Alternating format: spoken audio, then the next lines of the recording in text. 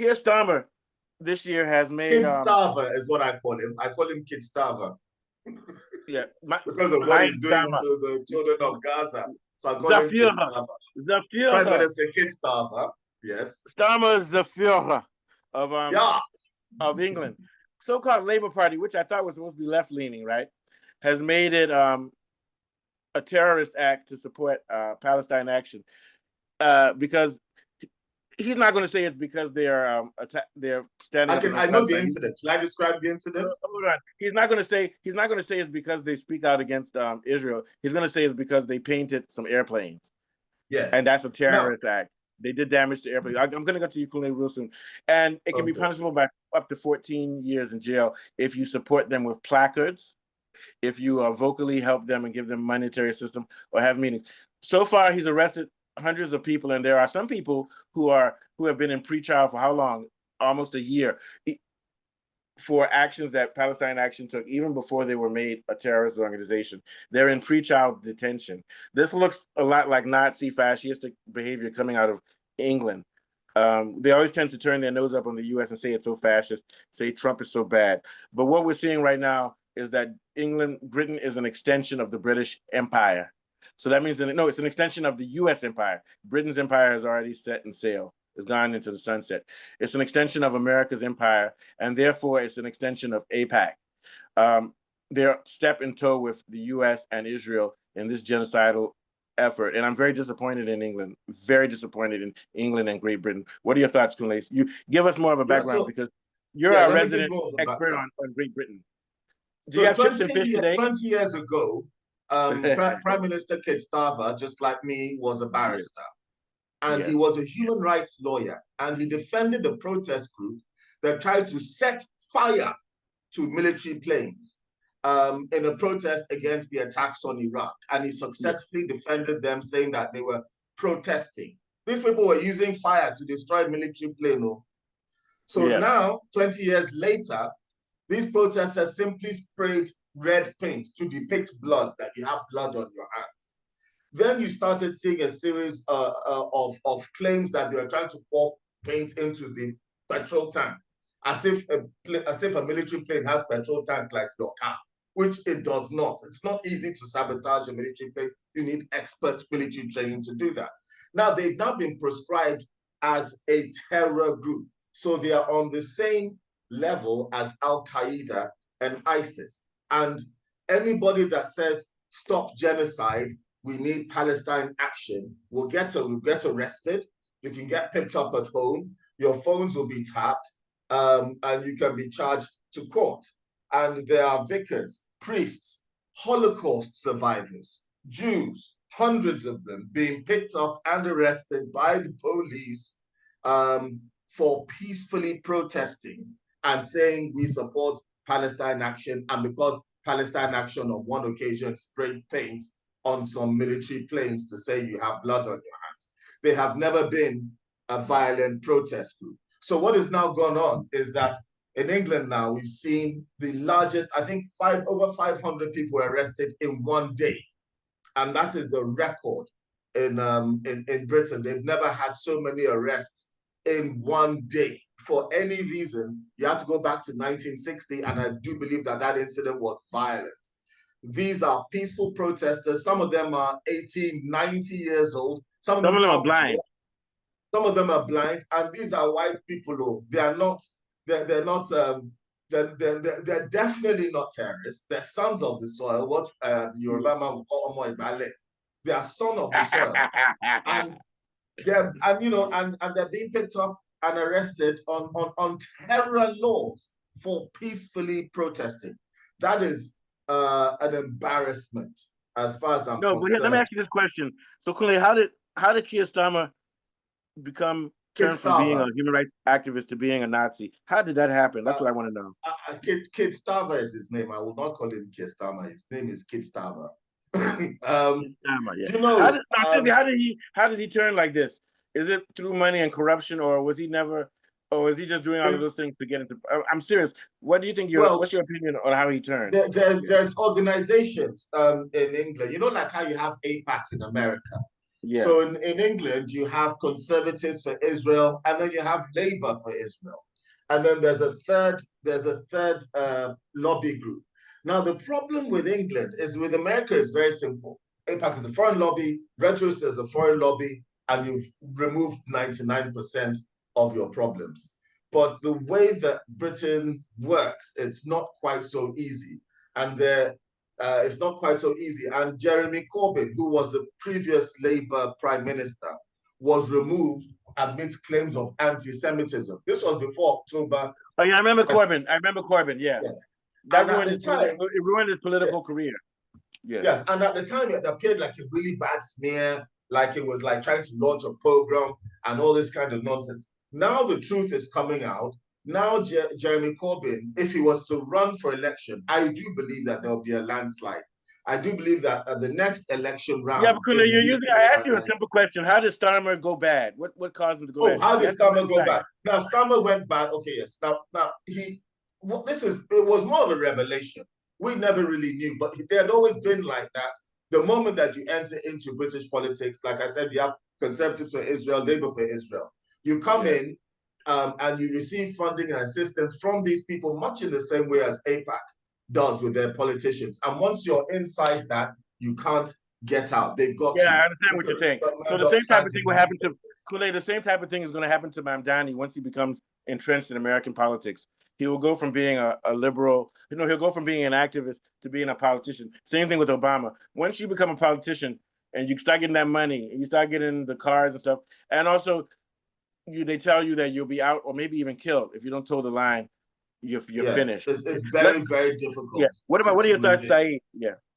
Yeah, I quite agree with what Mr. Kunle said. Still boils down on politicians playing politics with human lives or citizens' lives. So they just, when it comes to their own selfish interests, they always go for their own selfish interest before any other policy that will benefit the citizens. You can all see, but right now I know that what England is going through right now, it is a must.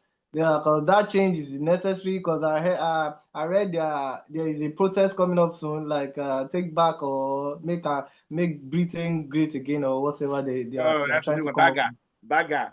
Yeah. So make Britain great.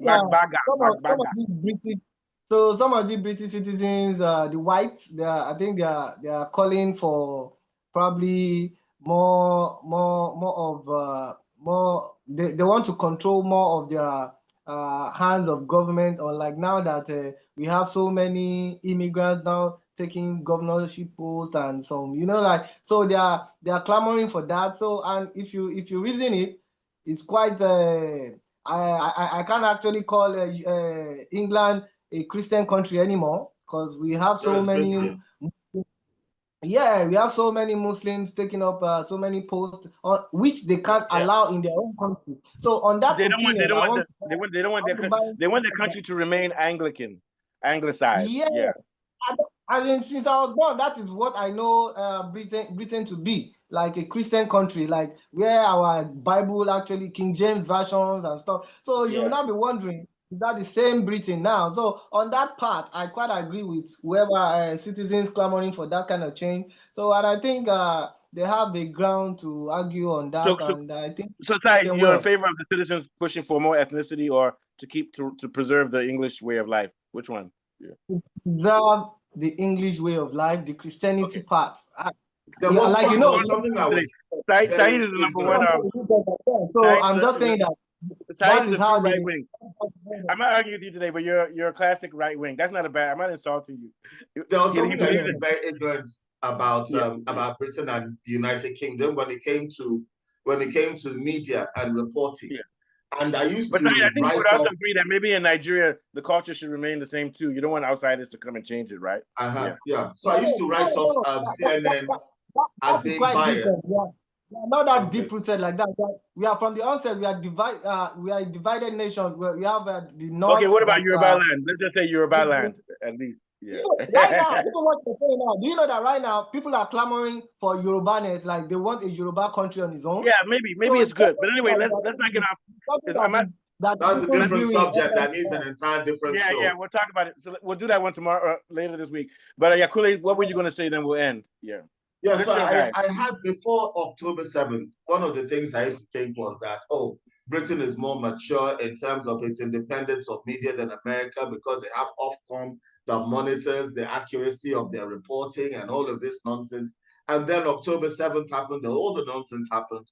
And then the British people, like myself, has also now discovered that you're living in the Truman Show and that your entire government has been compromised by a foreign agent. And the British people are looking for it to get their country back. They figured it out faster, but they've got a bigger problem. American people haven't figured it out, but when they do, they probably find it easier to sort it out in America when they figure it out. The British, they can fit, they know the problem, but to solve it is harder.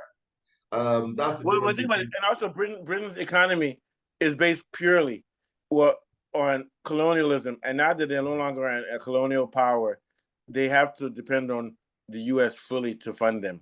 That's basically it. Britain would fall apart. They could have still kept that Commonwealth and done well with it had they simply tried to do right by those Commonwealth countries and bring them together.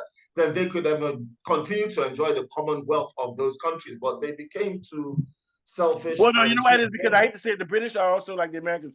They're white supremacists. They feel it beneath them to lower themselves even a little bit. Perfect example. This is why Putin is. But talking about British government, so not the people. Sorry. Yeah. But the people. Because someone said you're accusing. Yeah, but the people. See, the problem is that the people, they get their UB40s and stuff, so they don't speak out against the government because the British economy is heavily subsidized. So, but here's the thing: the British leaders themselves. Look at Xi. If Xi comes to Nigeria, he'll prostate for Tinubu. Do you see what I'm saying? He's smart. Putin will also prostate. He'll bow his head. That's what you call Russian prostration. He'll bow his head and not hug you, shake your hand and say, "Welcome, sir." You know, because they're smart. They say, "Welcome, sir. Now give me your mineral." China doesn't have tribal issues. They don't have problems with the Mandarin. But what I'm saying is that when China, and also in China, when Nigeria comes to visit China, they'll have Chinese people playing egungun, playing drums, playing talking drums. So in other words, they're smart. They show, even if they don't respect you, at least they pretend as if they respect your culture. The British, they say, "Why are you wearing an agbada? I'm the queen. You better put on a suit, boy." You know.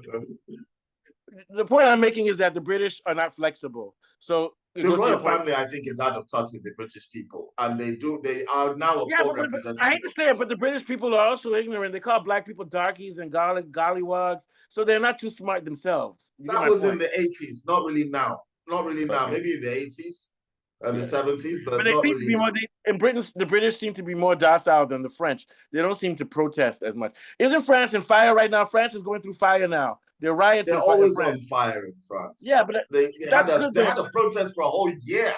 They were on the streets for a whole year once. The British are at home. The British are at home eating their Weetabix. And it's bad weather. It's very cold. Actually, but to them, they've done a lot of protests recently. They have done a lot of mass protests recently.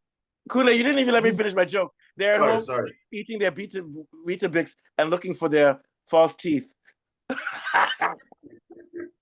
Some of them are languishing in jail because they got picked up. Yeah, those guys are in jail. So, were you going to say something, Saeed? Then we're out of here.